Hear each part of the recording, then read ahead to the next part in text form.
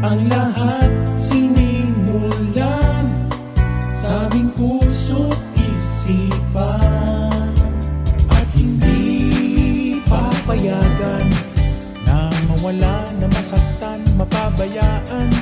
Pagkatao at prinsipyo, noon hanggang ngayon at sa kinabukasan, di maiiwasan galaw at pagbabago. Ngayon nga ay tutungo, eto na ang bagong kwento. Naga na, ngayon na, nakaugat, nakaukit sa kasaysayan. Naga na, tayo na, puno ng pag-asa aming kinabukasan. At di nyo mapipigilan, ang kwento ay madudugtungan, mapag-alaga, matitiwalaan, tibay na lagi nating maaasahan. Taas noo, ito ang aming bayan. Nalalauman, nasasarigan, nangangataman sa tukunyan, sa kasaysayan ng aming bayan, paninindigan laging nandyan. Back to the basic, now there will be no tricks. Now until tomorrow you can bet there'll be no conflict. Fast to the future, everybody's so sure. Now we can be stronger and together we will always be one. Ngayon na ay lilipas at darating ating bukas. Doon mo na makikita ang tunay na ganda.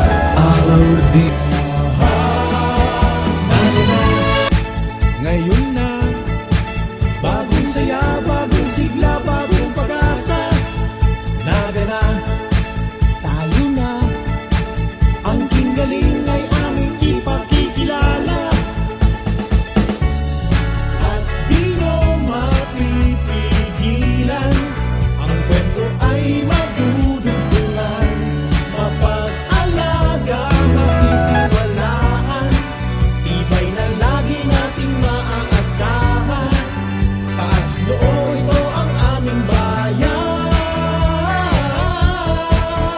Naga na, nalalauman, naga na, nasasaligan, naga na, nangangataman, naga na, naga na, naga na, naga na, naga na.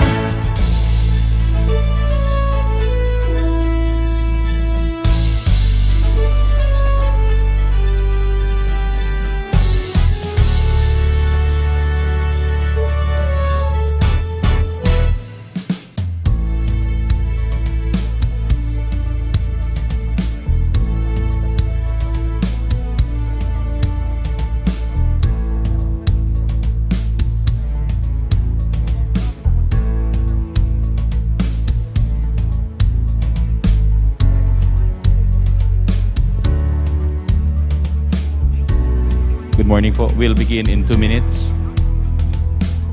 Johnny, begin live streaming in 1 minute 30.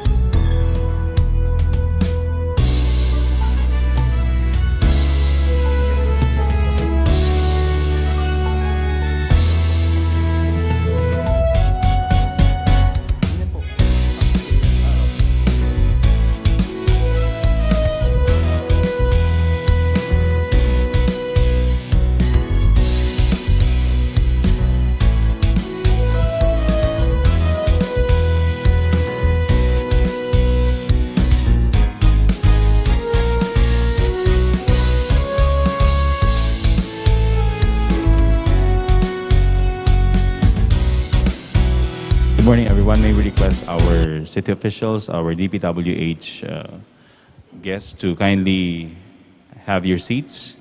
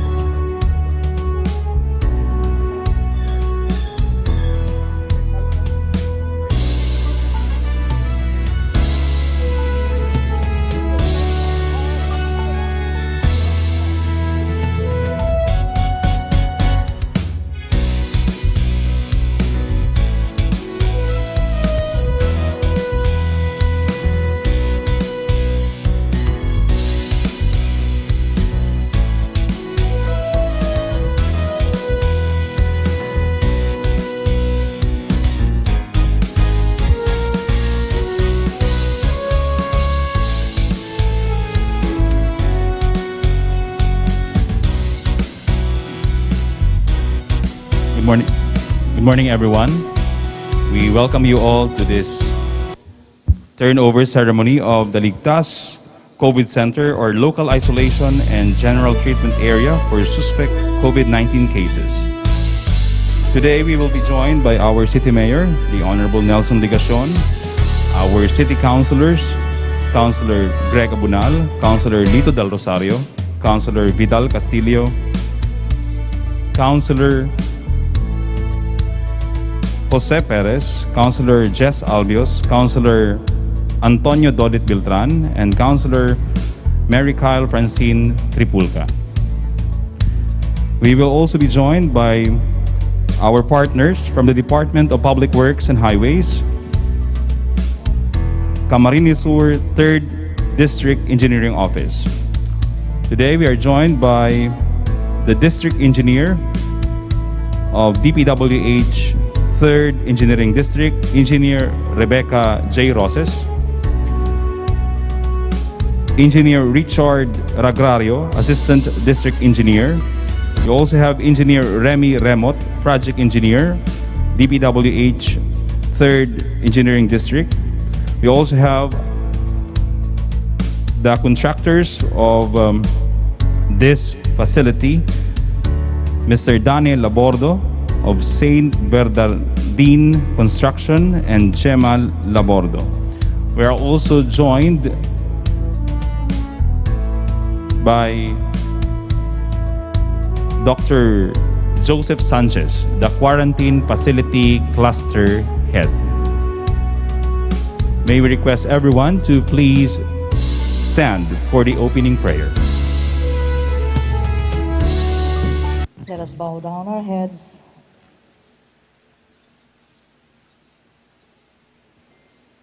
As we pray this morning, in the name of the Father, and of the Son, and of the Holy Spirit. Amen. Father, with heavy hearts, we bring before you the plight of all our frontliners. May they know our love and feelings for all they are doing to heal and help those affected by this pandemic. God of all consolation, may they know your protection and peace. Bless them in these challenging days and bless their families. Lord, as we open this Ligtas COVID facility today, shower upon us. May you bless all patients who will take refuge in this facility.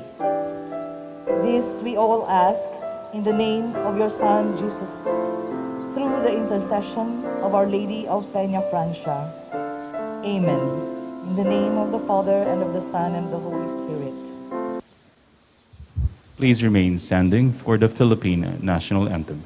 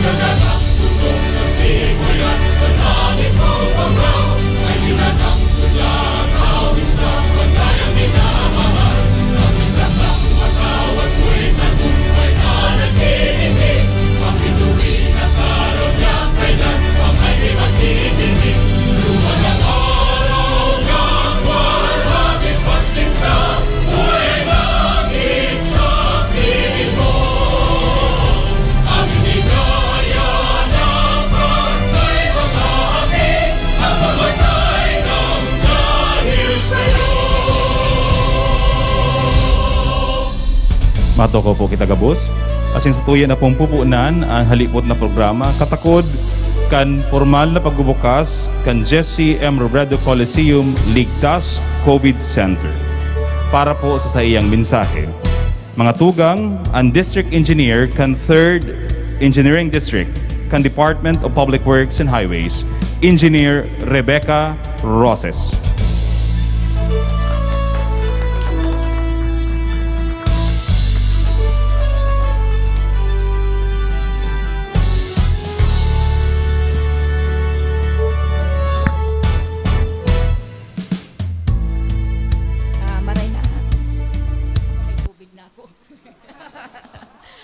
Maray na aga po maray sa tuya gabos, sa satuyang mahigusod na alkalde kang Naga, Honorable Nelson S. Ligacion. Aram mo po, Mayor, banggiman san ako nagbubukas FB, pero sa tulong pigbubuksan kong sarok ka duman, DOH, Nelson Ligacion kang siyudad sa kasi Ligaskin, Noel Rosal. So, fan mo ako. So, sa satuya po, mayo si Vice Mayor Nene Diasis, Honorable Gregorio Abunal. Hi, sir. Permi po kitang naghilingan duman sa Sanggunian. Si Honorable Joselito del Rosario. Hi, sir. Good morning. Honorable Vidal Castillo o Supilyo na kuyan, miyembro kang councilor, mga councilors kang Naga. Pero may ako ka aning pig joke. Ayan. Agree ako dyan. Honorable Jose B. Perez. Hi, sir. And Honorable Jess Albius. Dengo na sir ako mapa ano kan ngipon. COVID pangunyan. Honorable Antonio Beltran, Liga President. Sir, good morning. And Honorable Mary Kyle Francine Tripulca, CSK Federation President.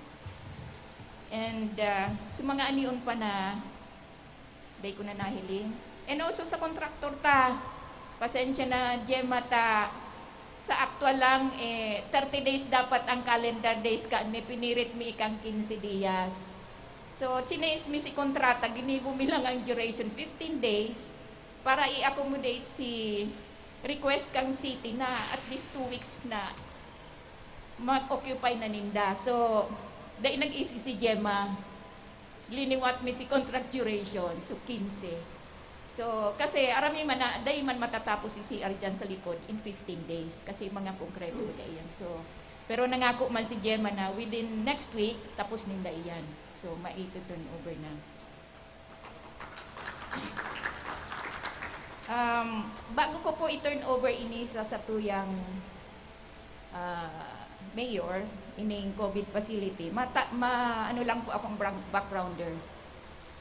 Sometime in the last week of July this year, nag-instruction po ang samuyang secretary to contact our LGUs within our area of responsibility kung sisay ang nangingaibo ki tabang para ma-improve si COVID facilities ninda. So nagkukulang. Actually, ang instruction sa MUYA, give priority to those LGUs na pwedeng makonstrukan inside na kang covered court kung irigwa. Ang nag-respond po madalion ang LGU Naga. In fact, that same day, nag-relibot ka agad, talagang rin sa dohon. The rest LGU, daisin na naging interesado. Maybe because at that time, Naga lang ang grabe na talaga si significant increase sa COVID COVID patient positive, COVID positive. So, nag-submit po sinda sa MUYA apat, ay tulong na kaiba ini. Then, nag-submit mi na sa Manila, nagpahabol uli si Sapakol. Comprise of 40 cubicle, pero i-construct ito outside kang, nasa ground siya, outside kang any building. Wala siya sa, na-misunderstood nga kang Manila, akala nila that sports complex inside a gymnasium also. So pinaliwanag mi, nabako man ito, outside. So dahil na tinanggap si, naggano kaya kita duman, napaparayo na ako, but maray na maisihan nindo ini. Dahil kami mismo, si design ng tent, sabi mi, dahil ni matagal, kasi typhoon prone baga kita digdi. Bako man lang yung pirang bulan, although pig-wish ko, pirang bulan sa natang gagamiton. Baka abutan kita bagyo hanggang next year, dahil yan matagal, so sayang. Binodify kang DPWH sa district level, gibuhuning SIM, yero para mas mapusog. Kaya lang, pag-abot sa Manila, rineject si design modification me. Dahil, ini pala nagabos na ining, tinawang kaya kaming pipili ang mga designs, inside and outside. Dahil palampid, pwede mi ini, o dahil man kayo nag-instruction sa MUYA, dahil mi pwede ining i-modify. Kasi ini pong mga design ta ining, pigpilian mi, approve po ini kang national na IATF. Pina-approvean po ini kang DPWH. So you will see here, transparent po yan. Kinwestiyon ko nga ni yan, di paano niya po si privacy. Ma'am gaya, sabi kang designer mi, di nga pwede yan valuehan kasi iyan ang naka-specify sa IATF na design. So, pasensya na po kamo. Nevertheless, pig-request mi po si contractor na alongside kaiyan, magbakal manggiraray ki plastic curtain na si day hiling man sinasalaog kung gusto niya maging pribado ang pagkatur niya or whatever. Para may choice siya to be so privacy man niya kuyan, ma-preserve kung masangli siya or whatever man. Pero plastic kasi dahil kami magiging conformant na duman sa sa IATF na design. So anyway, may tulo pa po kitang pighalat. Sana po mapunduhan. Although nag-prioritize po kami, base sa pig-prioritize po kang syudad, ang priority ming sinabmit duman, ini pang-apat na priority lang ini sa apat. Pero iyo po sinapunduhan. So dahil po kaming hands duman sa pagpondo kung aring pipilion. Ang priority mi duman sa Pakol. Ngunyan, dahil rineject si mi duman, nag-resubmit kami, nagpili kami ki container van, which is 48 cubicles, 48 cubicles container van, 48 cubicles, kompleto, may aircon, may transformer kami duman, tamayo palan duman, tatapan ki kuryenteng hara-harani. So kaya nag-abot si 48 cubicles ning 49 million kasi kompleto ito, may bed, may cabinet, ano pa ito, aircon, may sarili po ang bawat cubicle ning CR. So kaya po halangkawon, sana po let's hope na dahil ito po ang pigsabi ming priority, sana po marilisan. Ang pondo po kaya kaaning pigkukuhaan ninda si Calamity Fund kang DPWH. So let's hope na mayo kibagyo ta pigdiverta na digdi sa calamity man po baga kaya ini. So diyan po pigkuha kang DPWH. So sige pa man siguro iba pang pondo ang DPWH kaya sige pa man po ang release ninda. Let's hope na matauan po si among the three, matauan pa kita ki another chance na marilisan duman sa tulong nakapropose ta. So, ini po, 80 cubicles po ini, ang worth ka ni is 5.9, 5.9 million, composed of 80 cubicles, may duwang nurse station kita, may duwang swabbing booth, may duwa po kitang building na CR, anom na shower, anom na shower sa babae, anom na toilet cubicle para sa babae. The same sa lalaki din, tig-anom din sa lalaki, shower cubicle, anom din na toilet cubicle. So, makakatabang po iyan digdi sa baka magpirilahan, dahil manihagad na baka maging crowded na digdi, makulang ang CR. So, paano kung magkaka-CR ka na? So, tabang po iyan. Actually po, araman po ini ni Mayor, tapinirmahan niya si MOA, nakamuha ini sa MUYA. After po, kandain na ini gagamiton, ay i-dismantle po ini. Pero ang iuli sa DPWH ini mga i-dismantle igdi. Kung day na po kay kuhan, ang ma-determine po kang kamo sa LGU kung may usage pa ini sa Indo. After that, kukuhaon mi ini for another purpose na naman, i-stack ini sa MUYA. Pero siyempre, so paano mi man yan, bawion. So, i-request na lang po nindo yan afterwards po, Mayor, na sa Indo na para ma-document. So, yan po ang composition ka ni. And sa ngaran po kan sa MUYAng secretary, si Secretary Mark Villar, sa MUYAng director, si Virgilio Eduarte. We are honored to turn over to the city mayor, to the LGU, to the Naga City Local Government Unit through our mahigoso na Mayor, Honorable Nelson Ligacion. Ini pong 80 cubicle isolation facilities. Mayor po.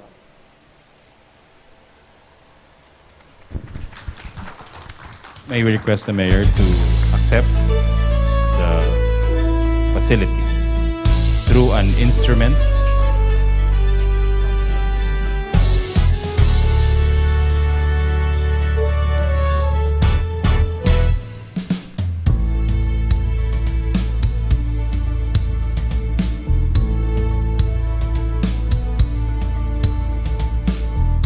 may we request our city councilors to join, Mayor Son and Ma'am Roses. May we also request Adi Ragrario to join in the photo opportunity.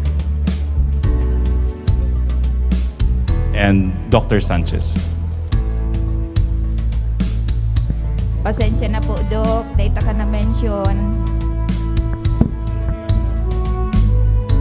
We also wish to acknowledge the presence of Councilors Uying Rosales, Barry del Castillo, and Elmer Baldemoro.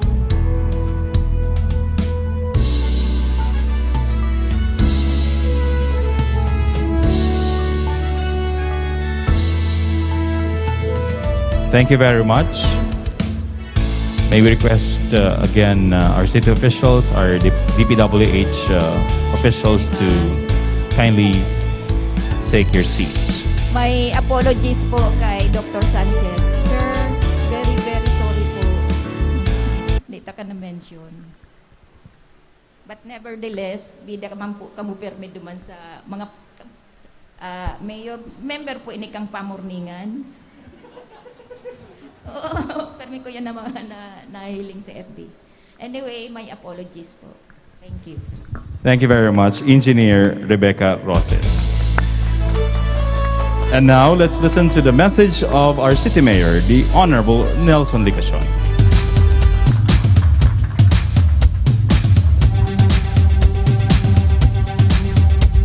Good morning. Maray na pag-aga po sa Tuya Gabos. Inuton ko po ang pag-acknowledge sa mga pag-iriba sa Sangguniang Panlunsod.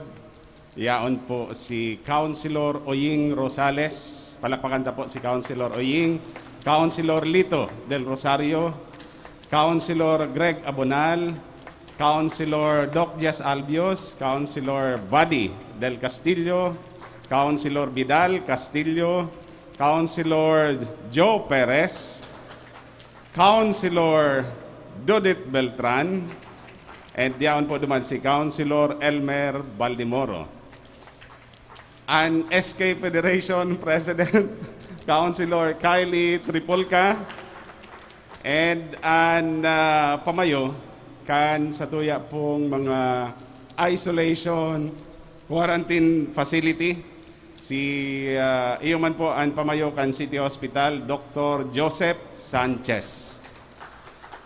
Sa mga amigo ta po sa Department of Public Works and Highways, District Engineer, Engineer Rebecca Roses. Kaibanan po si Adi, Assistant District Engineer, Engineer Rick Ragrario. Siyempre po, maot ko po din pong i-acknowledge ang presensya kan contractor. Pinabilib na naman ako ni Gemma. Palakpakan ta po si Gemma as in ang saya pong aki. Supposedly 30 days pala ini DE. Pero tinapos lang sa laog ni 2 semana. Likewise, ito pong City Health Office 2 sa may Santa Cruz. I understand na-adjust ka ito si contract duration. Garo December na ko ta ito or January because of COVID. Pero nakiulay po kita sa iya, ninhuli kaipuhan taman po sa Kalakawan, tangon yan, in connection with COVID-19. So, ang sabi niya, pasensya na ngayon, mga October na ma-turn over. Dako lang bagay po na ma-turn over na ito sa tuya. Tanganing magamit na po. Sa tuya, Gabos, sa liwat po, marhay na pagkaaga. Ako po, sa ngaran kan mga pag-iriba sa lokal na gobyerno Naga, nagpapasalamat sa Department of Public Works and Highways, kay Engineer Rebecca Roses, Adi, Rick Ragrario, ninhuli sa, we consider this actually as donation, although kailang babawiin pagkatapos, This should be able to accommodate no less than 80 returning residents. Pero may plano digdi si Doc Joseph Sanchez. Bahala na siya. Ang importante magagamit na po ini. Along with the other isolation and quarantine facilities of the city. including those that will still be constructed. This should be able to help us accommodate probably no less than 250 or around 350, including those so-called community quarantine facilities. As of today, nasa 334 na po ang confirmed cases of COVID-19 in our city. 234, although considered recovered na, 90 po kayan active, and 10 na, medyo mamundo, 10 na po ang casualty ta. 10 na po ang nagadan. And we do not know when is this going to end. Kaya importante pong gayo na igwa kitang treatment facility, importante na igwa kitang isolation and or quarantine facility, kaibana na po ining 80 units na yaon ngunyan, digdi po sa Jesse M. Robredo Coliseum. Of course, mas magayon ko ta kung daita na po ini gamiton sa kasi iba pa pong mga treatment and quarantine facility, because that will mean na mayo ng COVID-19. Iyo po ito si pinaka magayon na setup. Tanganing makabalik na po kita sa dati. Kuta na ngunyan, Regional Military Parade. At yan si Fluvial Procession. Oh, Saga. Saga. Ayun. Kuta na, mas maugma. Ngunyan, kadakol po ang nagmumundo. And hanggat yaon po ang COVID-19, arog ka ining klase ang buhay na igwa kita. And salamat ta igwa pong Department of Public Works and Highways, igwang Engineer Roses, igwang Engineer Rick Ragrario, na kabali po tulos kita sa na-consider para matabangan po madagdagan ang sa tuyang kapasidad na makapagtanggap, makapag-akomodar nin mga locally stranded individuals o kaya returning residents. And therefore, later on, pwedeng malimitahan ta na si pagtugot po sa mga home quarantine, especially if that will already be banned or prohibited by the Department of Health. Kaya dako lang bagay po ini. Palakpakan ta po ang Department of Public Works and Highways bilang expression po kan sa tuyang pagpapasalamat. Laumon po nindo na talagang papakinabangan mi po ini. Kung pwede po nga ni pakatapos, samuya na din po yan. Sigurado po kami may pagkakagamitan po kami kayan. Lalo na po duman sa mga TOs na kababayan ta po digdi sa laog kan sa tuyang syudad. Ako lang pakinabang po sa inda, yang mga plywood na yan, as in iba pa pong mga gamit. Pero kung kukuano nindo, di sige, mayo man kami magiginibo. Kaya lang baad maisipan po nindo na idonar na lang gabos sa satuya pong syudad. So sa gabos pong ini, asin sa mga masurunod pang tabang, assistance from the Department of Public Works and Highways, salamat. Maray na pag-aabot. Mabalos po, Mayor Nelson Ligacion. Ngunyan po mga tugang sa tuot na pong isusunod ang tour, inspection of the facility. Ang mangingenot po sa tuya, iyo si Dr. Joseph Sanchez, iyo ang Quarantine and Isolation Facility Manager. So, siya po ang ma-tour sa tuya sa laog kaning pasilidad. And Tour Director. Ang sa tuya pong Jesse M. Robredo Coliseum Facility, Ligtas COVID Center o inaapod na Local Isolation and General Treatment Area for Suspect COVID-19 Cases. Iga po ini ning 80 cubicles, 80. Iga po ning duwang nurses stations, asin duwang swab test stations.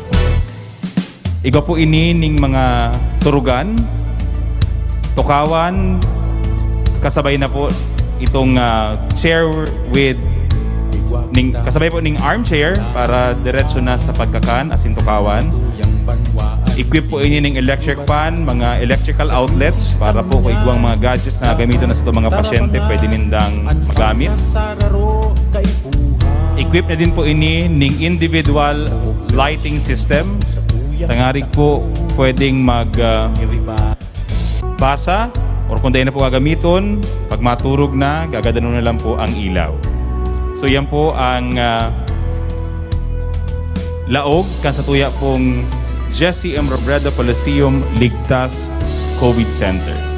Sa ngunyan po ang gobyerno lokal kang Naga, pikpipiparar naman ang Camarines Sur National High School Treatment Facility. Camarines Sur National High School Isolation Facility. Kung saan maakomodar po dumaning labi sa 500 na mga pasyente ning suspected or probable COVID-19 cases. Papakarayuin naman po ang existing City College of Naga Treatment Center. Pagkatapos po kaini, kaning JMR Coliseum, isusunod pong iirahayon ang City College of Naga Treatment Center. Ngarik pong magkaigwan ning mas konbinyente, mas marahay na kamugtakan ang satuya pong mga kababayan na mga confirmed COVID patients duman sa pasilidad. Papakarayon din ang Santa Cruz National High School bilang sarong treatment and isolation facility. Ini po preparasyon sa tiglalauman na pagruso pa ning tawo pasiring sa Naga, urog na nagdadanghadang naman ang Kapaskuhan. Tiglalauman na rinibo pang mga returning residents ang papuruli sa Naga sa mga maaarabot na aldaw. Kaibanan po digdi si mga OFWs na mga kaiba sa nawaran ng trabaho, na retrench, na pasiriling na po giraray sa tuya pong nasyon, pabalik sa mga local government units sinda, kaibanan po digdi ang syudad ning Naga. Kaya labi sa 600 pa na quarantine rooms ang piglalauman ta na itutugdok sa laog ning sarong bulan pa. Tangarig pong mas maakomodar ang dagmang asin nagdatakol pang numero na COVID-19 individuals, suspect, probable, and confirmed cases digdi po sa laog kan syudad ning Naga. Mahihiling tapo ngunyan ang ginigibong inspection kan sa tuya po mga city officials and DPWH officials.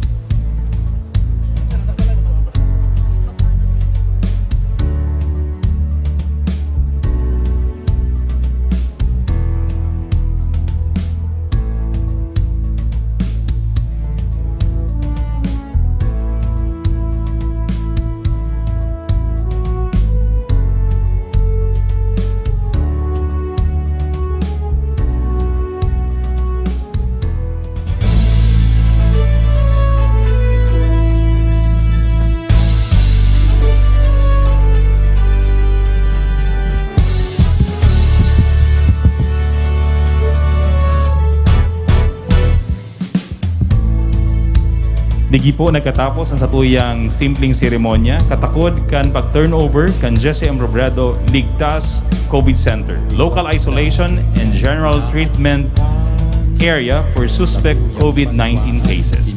Sa ngaran po ni Alcalde Nelson Legacion, ni Vice Mayor Nene de Asis, kan sangguni ang panglungsod kan Naga, asin kan Department of Public Works and Highways, na pinapamayuhan ni Engineer Rebecca Roses, asin ni Assistant District Engineer Ricky Ragrario, Diyos ang magbalos, asin marhay na aldaw po sa Tuya Gabos.